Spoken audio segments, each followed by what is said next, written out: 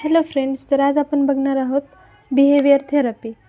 So हा सर्वात जास्त विचारला जाणारा टॉपिक आहे आपल्या नर्सिंगच्या एक्झाममध्ये इन मेंटल हेल्थ नर्सिंग. तर चला आपण बघूया की बिहेवियर थेरी म्हणजे नक्की काय आहे. It is a type of psychotherapy. Means जे पण मेंटल इलनेस आहे त्याच्यामध्ये आपण सायकोथेरपी देतो पेशंटला, त्याच्यामुळे की त्याचे सिम्टम्स जे आहेत ते रिकवर व्हायला त्याला हेल्प होती. तर it is the type of psychotherapy that focuses on changing the unwanted behaviour. जसं की आपण बघतो की बिहेवियर थेरपी आहे, तर त्याच्यामध्ये जे पेशंटचं अनवॉन्टेड किंवा माल अडॅप्टिव्ह बिहेवियर आहे ते आपल्याला चेंज करायचं असतं by using the learning principles. आता लर्निंग प्रिन्सिपल्स कोणते, जे की आपल्याला सायकोलॉजीमध्ये 2 थेरीज दिलेल्या आहेत. क्लासिकल कंडिशनिंग थेरी जी की इव्हन पावलोनी दिलेली आहे, आणि ऑपरंट कंडिशनिंग थेरी जी की B.F. स्किनरने दिलेली आहेत. त्यांनी काहीतरी लर्निंगचे प्रिन्सिपल दिलेले आहेत. तर त्या प्रिन्सिपल्सचा यूज करून आपल्याला जे पण अनवॉन्टेड बिहेवियर आहे पेशंटचं ते चेंज करायचं आहे in the behaviour therapy. So what is meant by behaviour therapy? In the behaviour therapy involves identifying the maladaptive behaviour.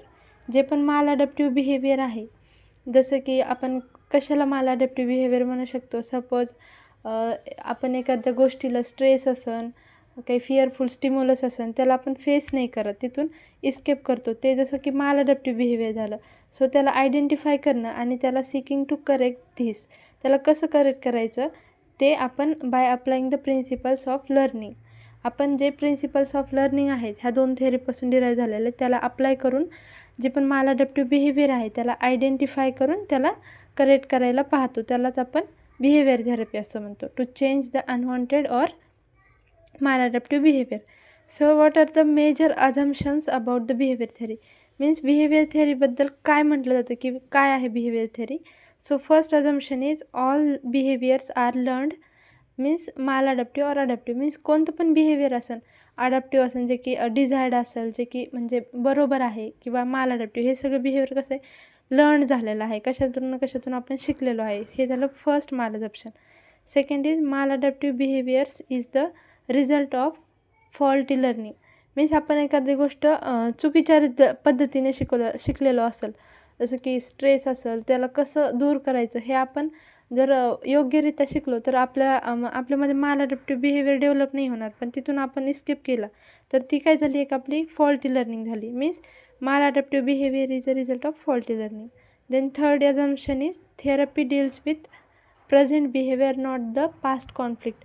म्हणजे ही जी थेरपी आहे, बिहेवियरल थेरपी, ही फक्त प्रेझेंट बिहेवियर चेंज करण्यासाठी हेल्प करते, नॉट पास्ट कॉन्फ्लिक्ट. म्हणजे पास्टमध्ये जे कॉन्फ्लिक्ट झाले त्याला चेंज करायला नाही हेल्प करत. जे प्रेझेंटमध्ये बिहेवियर आहे माल अडॅप्टिव्ह ते चेंज करण्यासाठी आपल्याला हेल्प करते. Then fourth assumption is change in environment can change the behaviour. जर आपण एक पेशंटच्या जर इन्व्हायरमेंटमध्ये चेंज केला तर त्याचं बिहेवियर चेंज करायला हेल्प होते. Then fifth assumption is what? Healthy behaviour can replace unwanted behaviour. जर आपण पेशंटमध्ये हेल्दी बिहेवियर इंटिग्रेट केलं, त्याला हेल्दी कोपिंग स्किल्स वगैरे शिकवले, तर ते अनवॉन्टेड बिहेवियरला रिप्लेस करायला हेल्प होते. हे सगळे काय झाले, major assumptions of behaviour therapy. So next point is most important in the behaviour therapy topic, that is techniques.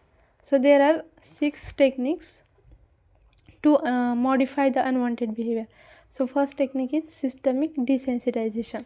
So what actually means the systemic desensitization? In short, first I tell.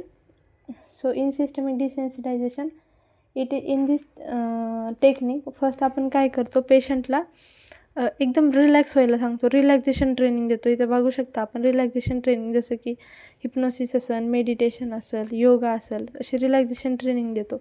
मग काय करतो, एक fear hierarchy create करतो. Fear hierarchy म्हणजे कसं, जसं की list of fear situation, म्हणजे ज्या गोष्टींची त्याला भीती वाटते, सपोज त्याला डॉगची भीती वाटते, जी म्हणजे सगळ्यात कमी भीतीपासून जास्त मोठ्या भीतीपर्यंत आपण त्याला लिस्ट डाऊन करायला सांगणार, जे की फिअरफुल सिच्युएशन आहेत.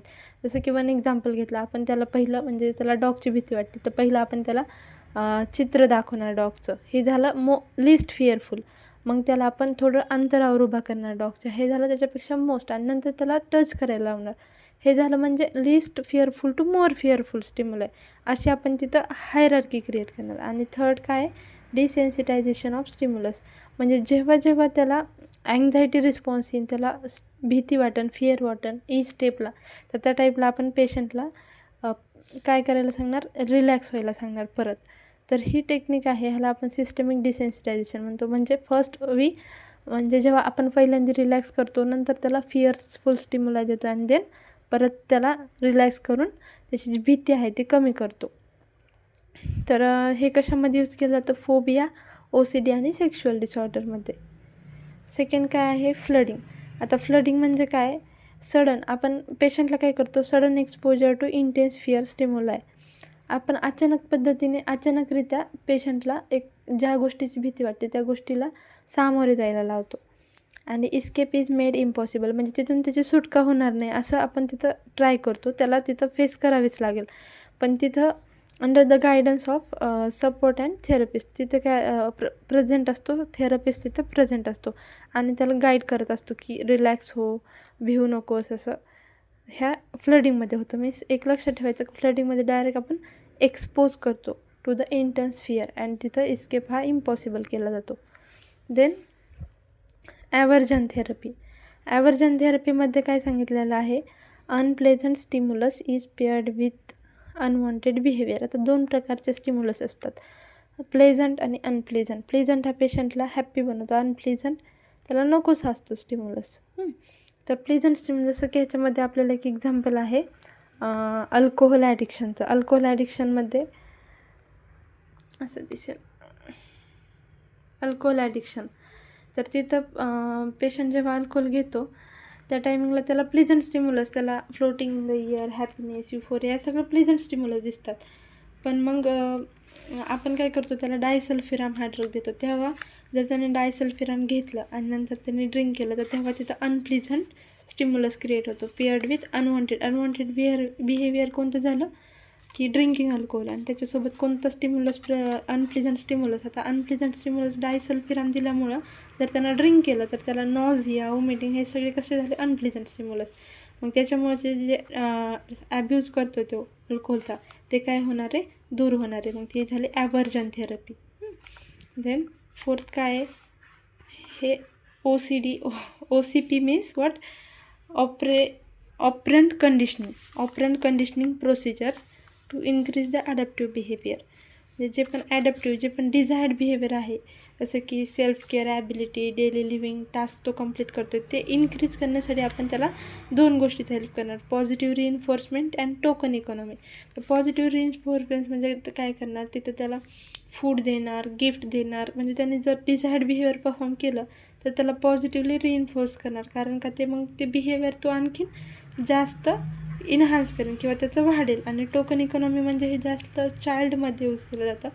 सपोज आपण जर एक्झाम्पल दिलं की चाइल्डला एक वर्क दिले की तू 1 to 20पर्यंत टेबल पाठ कर, तर त्याच्यामध्ये सपोज त्याने 2चा केला, 3चा केला, तर त्याचा एक टोकन त्याला आपण देणार, ॲड करणार, एक सपोज पॉझिटिव्ह पॉईंट देणार, त्याच्याने त्याने फास्ट तो टेबल कंप्लीट करेल.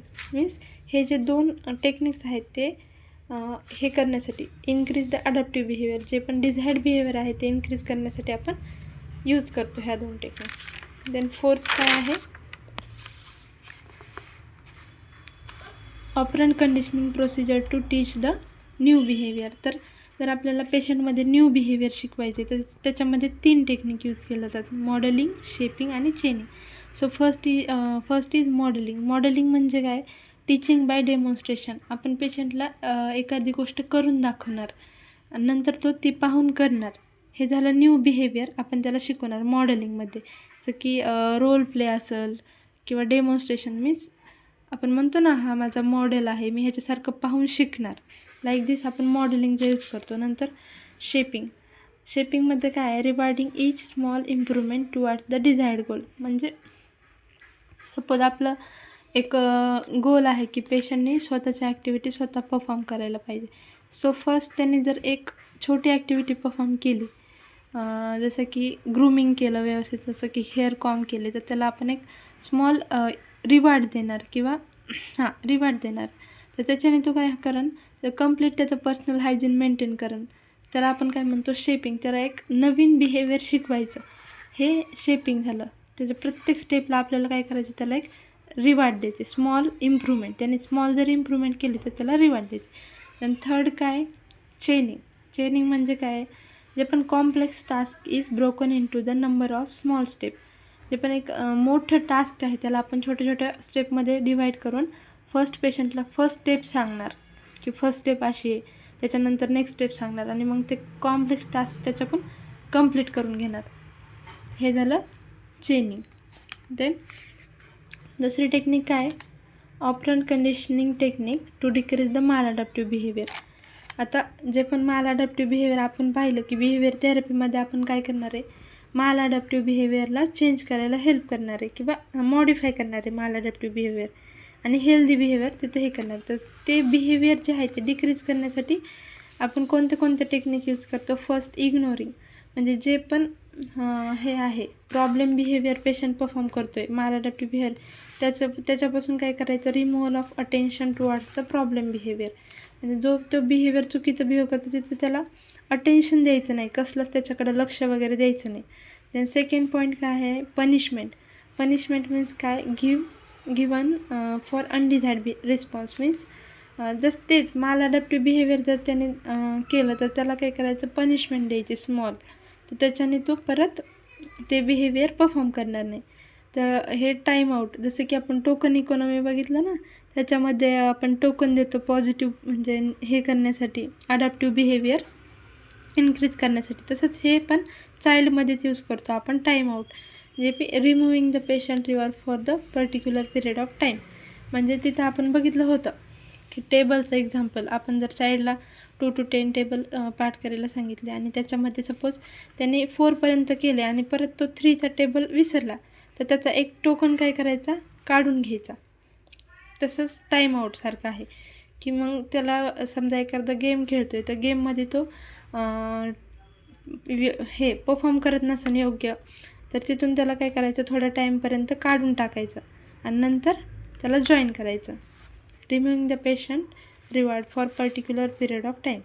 देन रेस्टिट्यूशन म्हणजे काय, ओव्हर करेक्शन. सपोज पेशंट जर त्याच्या वार्डमध्ये किंवा त्याचा जो एरिया आहे तिथं त्याने एखादा डर्ट किंवा कचरा केला तर त्याला पूर्ण हॉस्पिटल क्लीन करायला सांगायचं, म्हणजे ओव्हर करेक्शन द्यायचं त्याला. त्यामुळे तो काय करणार नाही, परत ते माल अडॅप्टिव्ह बिहेवियर परफॉर्म करणार नाही. तर जे पण माल अडॅप्टिव्ह बिहेवियर आहे ते कमी करण्यासाठी आपण कोणते टेक्निक यूज करणार, first ignoring, punishment, time out आणि रेस्टिट्यूशन. तर आपण परत एकदा आपल्याला टेक्निक्स रिवाईज करू. फर्स्ट, सिस्टमिक डिसेन्सिटायझेशन, त्याच्यामध्ये आपण फिअरफुल स्टिम्युलायला आधी रिलॅक्झेशन स्टेट, नंतर फिअरफुल स्टिम्युलाय देणार. आपण हे मोस्टली फोबिया OCDमध्ये यूज करतो. देन फ्लडिंगमध्ये डायरेक्ट एक्सपोज करणार आणि जे हे आहे फिअर त्याचा इस्केप आहे तो इम्पॉसिबल करणार, आणि हे अंडर गायडन्स असतं थेरपिस्टच्या.